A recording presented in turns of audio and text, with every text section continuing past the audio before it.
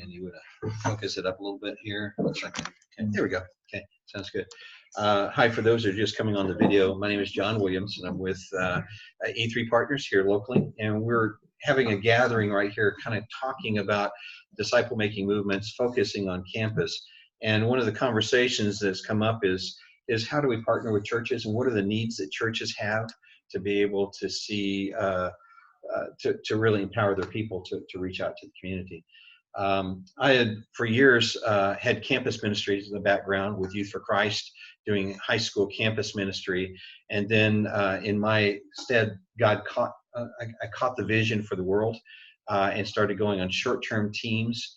And then also during those times, leading short-term teams for church planting around the world, but then also partnering with churches.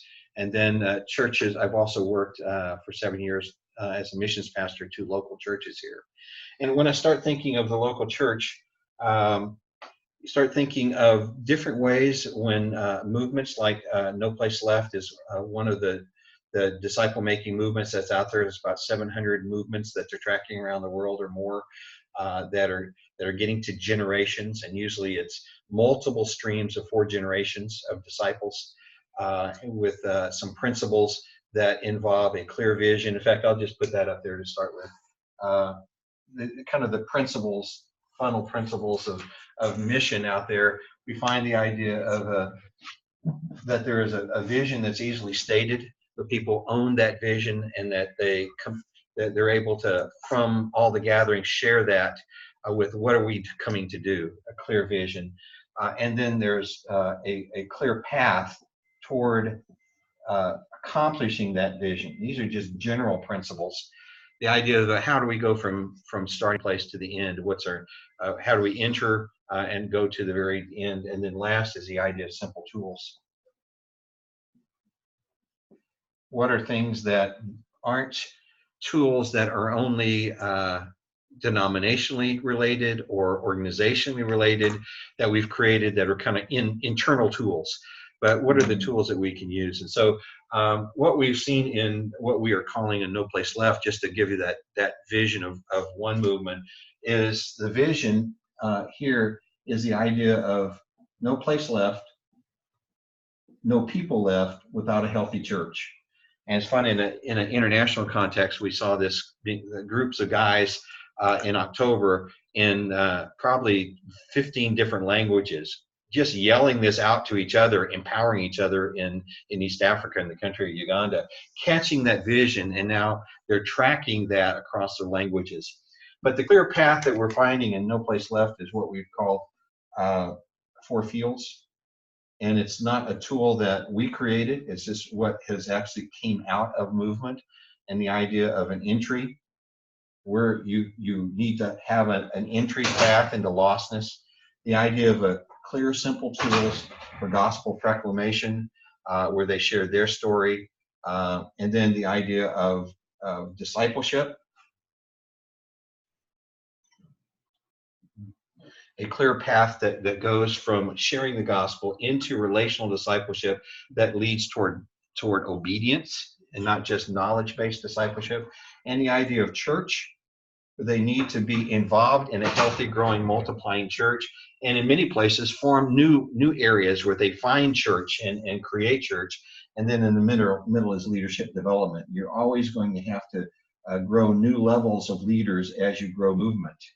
The simple tools, basically, any tools that you have to do is something anyone can do, whether that's a 10 or 11-year-old or a 45-year-old or an 80-year-old, that they're using simple tools that are biblical. You know, make sure that it's not something that is just something someone created because it was a good philosophical or tool that was using, but the idea of it's a biblical tool. It is reproducing instead of trying to always create something new. It's finding what is God already currently doing in the area and join him in his area.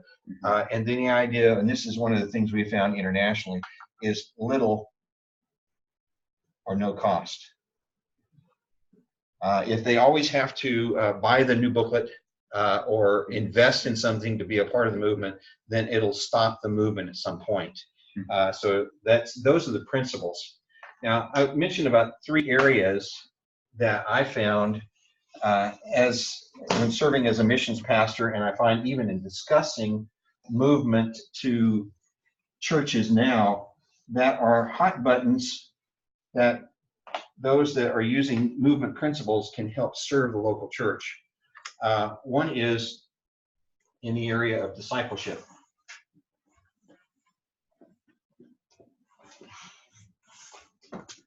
As Mark was talking about the local campus, a lot of times the grid of success has been numbers. In churches, that's not any different than college ministries. You'll find a lot of times the number of the church, the buildings, and the kind of the largeness of that. You compare the budgets and the buildings and the number of people. Usually they will count rather than the idea of the biblical mandate of how do you make disciples? What does a disciple look like? And how is it reproducing from disciples making disciples? So that's a key element that I find churches that have really good services and teaching need to say, what can we do to create? And navigators and other ministries have come alongside with tools that over the years have been a part of that. We find that that is a need that churches have, that movements can come in and help with discipleship. The other is mobilization, mission mobilization especially.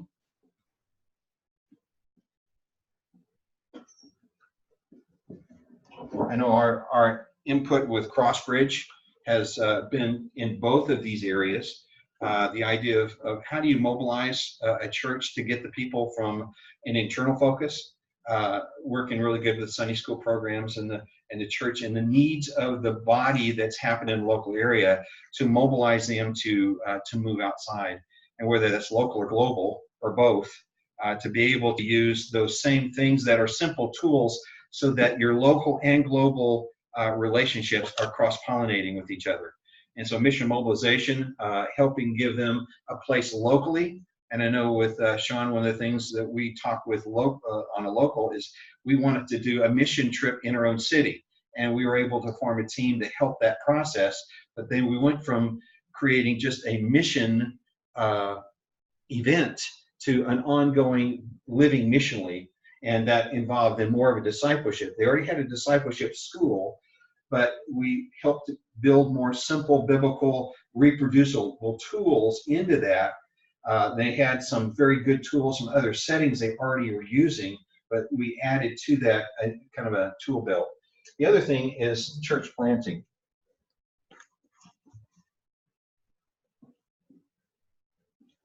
I've been a part of traditional churches and mega churches here locally on staff.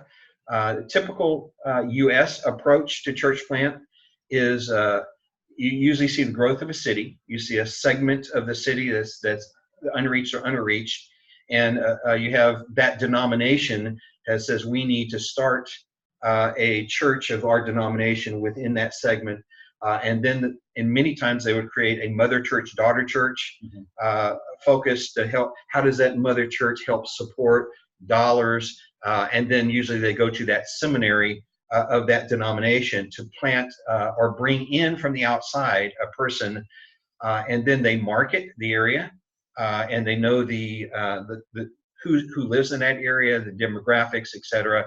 And then they start advertising and marketing to that area a new church is going to be starting. And which is different when you start realizing both church planting biblically when it was in Acts and how it went out starting new churches. And when any time you start researching movements that around the world, church planting is done a lot different. Church planting goes from 0 to 1. It's getting people out there sharing their faith, leading them to the Lord, discipling them in the context of family and what we call oikos in the Greek word, that family, friends, neighbors, in relational elements, and then gathering them together for community, helping them find that community, then raising up people in that community to do that. So these are 3 areas that we find that in No Place Left, that if you're watching this and you're a church pastor or leader in the area, say what could we gain from partnering with the movement? It's the idea of tools for clear discipleship that move to obedience-based, where it's not just a program at a church, but life on life.